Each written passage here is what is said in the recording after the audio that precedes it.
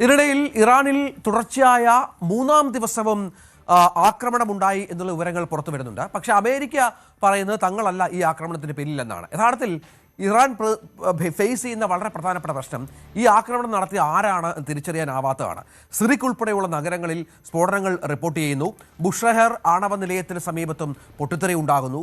എന്നാൽ അമേരിക്ക ഇതിൻ്റെ ഉത്തരവാദിത്തത്തിൽ നിന്ന് പിന്മാറിയതോടുകൂടി ഇസ്രായേലാണോ അതോ ഏതെങ്കിലും ഗൾഫ് രാജ്യമാണോ? ഇപ്പോൾ നമുക്കറിയാം ബഹ്റിനും കുവൈറ്റും ഒക്കെ ഇറാനോട് ശത്രുതയുള്ള രാജ്യങ്ങളാണ്. മറ്റ് പല ശത്രു രാജ്യങ്ങളിലും ഇറാൻ ഉണ്ട് താനും. ഇവരാരെങ്കിലുമാണോ എന്നൊക്കെയുള്ള ആകെപ്പാടുള്ള ആശയക്കുഴപ്പത്തിലാണ് ഇറാൻ എന്ന കാര്യത്തിൽ സംശയമില്ല. ഇത് കണ്ടുപിടിക്കാൻ ഇതുവരായിട്ടുമില്ല. എന്തെങ്കിലും വിവരമുണ്ടോ, എന്തെങ്കിലും സ്ഥിരീകരണമുണ്ടോ അജയ്, ആരാണ് ഇറാനെ വീണ്ടും ആക്രമിച്ചത് എന്നതുമായി ബന്ധപ്പെട്ട്? രഞ്ജിത്ത്, ഇപ്പോൾ പുറത്തു വരുന്ന വിവരം ഇസ്രയേലും ഇപ്പോൾ ഈ ഒരു ആരോപണം നിഷേധിച്ചിട്ടുണ്ട്. ഇസ്രയേലും അല്ല ഈ ആക്രമണത്തിന് പിന്നിലെന്നാണ് അൽ ജസീറ റിപ്പോർട്ട് ചെയ്യുന്നത്. ഇസ്രായേലിൻ്റെ ചില ഉദ്യോഗസ്ഥരെ ഉദ്ധരിച്ചുകൊണ്ടാണ് അവർ ഇക്കാര്യം പറഞ്ഞിരിക്കുന്നത്. അപ്പോൾ ഇസ്രയേലുമല്ല അമേരിക്കയുമല്ല എങ്കിൽ ഈ ആക്രമണങ്ങൾക്ക് പിന്നിൽ ആരാണ് എന്നത് വലിയൊരു ചോദ്യമാണ്. മാത്രമല്ല, ഇപ്പോൾ ഇന്ന് നടന്നിട്ടുള്ള ആക്രമണത്തെ സംബന്ധിച്ച് ഇറാൻ ചില ദൃശ്യങ്ങളടക്കം അവരുടെ തദ്ദേശീയ വാർത്താ മാധ്യമങ്ങൾ വഴി പുറത്തുവിട്ടിരുന്നു. ഇറാന്റെ തെക്കൻ മേഖലകൾ കേന്ദ്രീകരിച്ചാണ് ഇന്നും ആക്രമണം നടന്നിരിക്കുന്നത്. കഴിഞ്ഞ ദിവസങ്ങളിലും ഇറാന്റെ തെക്കൻ മേഖലകളിലൊക്കെ വളരെ ശക്തമായിട്ടുള്ള സ്ഫോടനങ്ങൾ തന്നെ റിപ്പോർട്ട് ചെയ്തിരുന്നു. കൊണറാക്ക് അതുപോലെ സിറിക് എന്നീ നഗരങ്ങളാണ് ഇന്നും ലക്ഷ്യമിട്ടിട്ടുള്ളത്. പിന്നെ ഒരു ആശങ്കപ്പെടുത്തുന്ന കാര്യമെന്ന് പറയുന്നത് ബുഷഹർ ആണവ നിലയത്തിന് സമീപവും സ്ഫോടനങ്ങൾ റിപ്പോർട്ട് ചെയ്യപ്പെട്ടിട്ടുണ്ട് എന്നുള്ളതാണ്. എന്നാൽ ഈ ആണവ നിലയത്തിന് മറ്റ് കേടുപാടുകൾ ഉള്ളതായിട്ട് ഇറാൻ ഇതുവരെ ഔദ്യോഗികമായിട്ട് അറിയിച്ചിട്ടില്ല.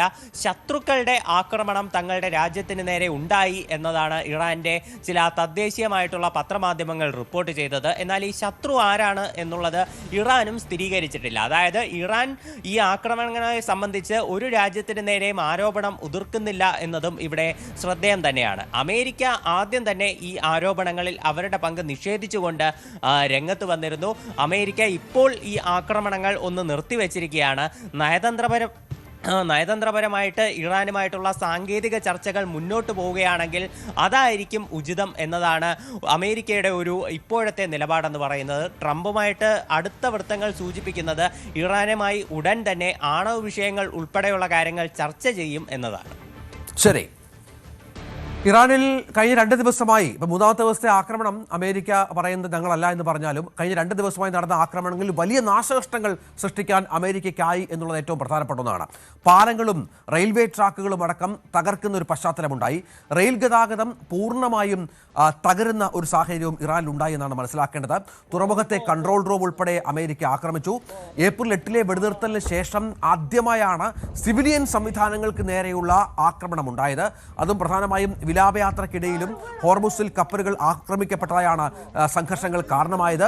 വിലാപയാത്ര നടക്കുമ്പോൾ പോലും സമാധാന ധാരണ പൊളിക്കുന്ന ആക്രമണം നടത്തുന്ന തരത്തിൽ സൈന്യത്തോട് നിർദ്ദേശിക്കുന്ന ഇറാന്റെ നേതൃത്വം അത് പ്രധാനപ്പെട്ട പ്രശ്നമാണ്. അതും അമേരിക്കയെ പ്രകോപിപ്പിക്കുന്ന തരത്തിലുള്ള ആക്രമണങ്ങൾ ഹോർമുസിൽ നടത്തിയപ്പോഴാണ് അമേരിക്ക തിരിച്ചാക്രമിച്ചത് എന്നത് പ്രധാനപ്പെട്ട ഒന്നാണ്. അതൊരു വീഴ്ചയായി കൂടി കാണേണ്ടി വരും. ഒരുപക്ഷെ ഈ വിലാപയാത്ര വരെയെങ്കിലും ഇത്തരം പ്രകോപനപരമായ കാര്യങ്ങൾ നിർത്തിവെക്കേണ്ടതായിരുന്നു എന്ന ചോദ്യം പ്രധാനമായും ഇറാനിൽ ഉയരുന്ന ഒരു പശ്ചാത്തലമുണ്ട്. ഏതായാലും റെയിൽവേ പാളമടക്കം തകർന്നു. പക്ഷേ റെയിൽവേ പാളം ഇപ്പോൾ പുതിയ വിവരമനുസരിച്ച് റെയിൽവേ പാളമൊക്കെ പൂർവ്വസ്ഥിതിയിലാക്കാൻ വളരെ പെട്ടെന്ന് തന്നെ ഇറാന് സാധിച്ചു എന്നുള്ളതാണ്. ഇറാന്റെ മുൻ പരമോന്നതാവ് അയത്തുള്ള അലി ഖമേനിക്ക് ഷിയ പുണ്യകേന്ദ്രമായ മഹഷത്തിലെ ഇമാം റിസ പള്ളിയിൽ അന്ത്യവിശ്രമം. ഇറാനിലെ വടക്കു കിഴക്കൻ നഗരമായ മഷ്ഹദിലേക്ക് ഇന്നലെ പുലർച്ചെ മുതൽ 10,000-ങ്ങളാണ് വിലാപയാത്ര എത്തിയത്. ഒരാഴ്ച നീണ്ട ചടങ്ങുകൾക്കും പൊതുദർശനത്തിനും ശേഷമാണ് 4 പതിറ്റാണ്ടോളം ഇറാൻ ഭരിച്ച ഷിയ സമൂഹത്തിന്റെ ആത്മീയതാവിന്റെ കബറടക്കം നടന്നത്. വലിയ സുരക്ഷയാണ് ഇതുമായി ബന്ധപ്പെട്ട് ഇറാൻ ഒരുക്കിയത്. പോർ വിമാനങ്ങൾ സജ്ജമാക്കിയാണ്. നമുക്ക് ആ ദൃശ്യങ്ങൾ കൂടി പ്രേക്ഷകർക്ക് കാണാം. ഈ അയത്തുള്ള അലി ഖമേനിയുടെ മൃതദേഹം വഹിച്ചുകൊണ്ട് പോകുന്ന വിമാനത്തോടൊപ്പം പോർ വിമാനങ്ങൾ കൂടി സജ്ജമാക്കിയാണ് ഇറാൻ തയ്യാറെടുത്തത്.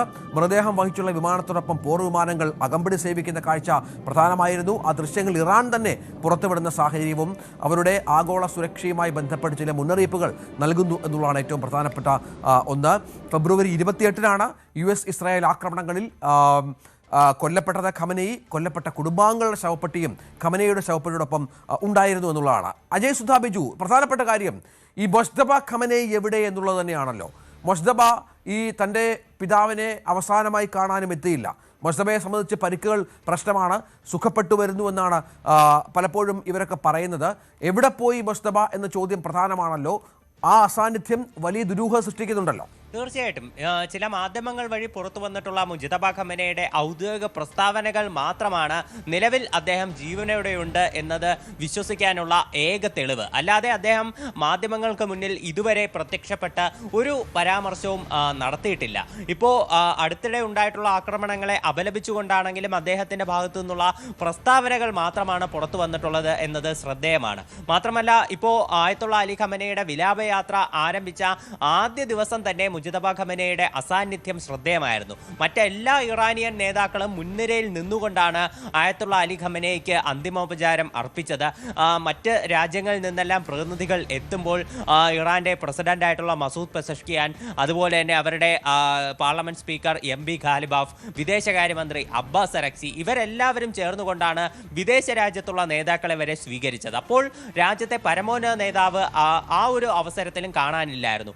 എന്നാൽ ഇന്നലത്തെ ദിവസം എല്ലാവരും പ്രതീക്ഷയോടെ നോക്കിക്കണ്ടതാണ് അവസാനത്തെ ദിവസം, അതും ആയത്തുള്ള അലി ഖമനയുടെ ജന്മനാടായിട്ടുള്ള മഷാദിൽ വെച്ച് അദ്ദേഹത്തിനും മറ്റു കുടുംബാംഗങ്ങൾക്കും ഒരു അന്ത്യയാത്ര കൊടുക്കുന്ന ആ വേളയിൽ മുജിതബ എത്തുമോ എന്നുള്ളത് തീർച്ചയായിട്ടും എല്ലാവരും ഉറ്റുനോക്കി. പക്ഷേ അവസാന ദിവസവും മുജിതബ ഖമനയി ആ ചടങ്ങിന് എത്തിയിരുന്നില്ല. പ്രത്യേകിച്ച് US-ന്റെ ആക്രമണം തുടർച്ചയായിട്ടുള്ള ദിവസങ്ങളായിട്ടുണ്ടായിരുന്നു. അപ്പോൾ ഈ ഒരു ഭീഷണിയും കൂടി കൊണ്ടായിരിക്കണം മുജിതബ ഖമനയി നേരിട്ട് ആ ചടങ്ങിൽ എത്താതിരുന്നത്. അതിനു മുൻപ് തന്നെ ഇസ്രായേൽ ആക്രമണം കാരണം ഇസ്രായേലിന്റെ ഒരു ഭീഷണി മുജിതബയ്ക്ക് നേരെ നിലനിൽക്കുന്നതിനാൽ ചടങ്ങിൽ എത്തിയേക്കില്ല എന്നുള്ള സൂചനകൾ ഉണ്ടായിരുന്നു. US ആക്രമണം കൂടി ഉണ്ടായതോടെ അത് പൂർത്തിയായി.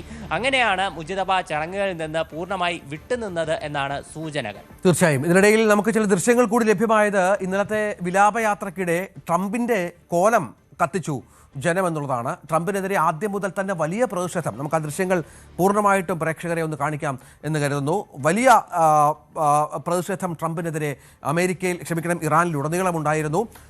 ഇപ്പോൾ ട്രംപിന്റെ കോലം കത്തിച്ചുകൊണ്ടാണ് പ്രതിഷേധക്കാർ തങ്ങളുടെ രോഷം വ്യക്തമാക്കിയത്. ട്രംപിനെതിരെ വലിയ മുദ്രാവാക്യങ്ങൾ ഉയരുന്ന പശ്ചാത്തലമുണ്ടായി. ട്രംപിനെതിരെ വലിയ തോതിലുള്ള വികാരം ജനങ്ങളിടയിൽ ഉണ്ടായി എന്നുള്ള ഏറ്റവും പ്രധാനപ്പെട്ട ഒന്നാണ്. അങ്ങനെ ട്രംപ് ആയിരുന്നു അവിടുത്തെ പ്രതിഷേധത്തിൻ്റെയൊക്കെ കേന്ദ്രബിന്ദു. ട്രംപിന്റെ കോലം കത്തിച്ചുകൊണ്ടാണ് ജനങ്ങൾ പ്രതിഷേധിച്ചത്. ആ ദൃശ്യങ്ങളാണ് കാണുന്നത്.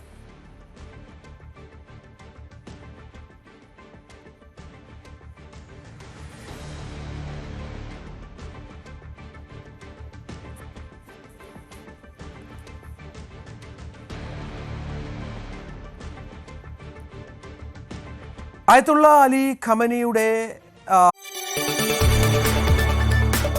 കൂടുതൽ വാർത്തകൾക്ക് News 18 Keralam YouTube channel subscribe ചെയ്യുക.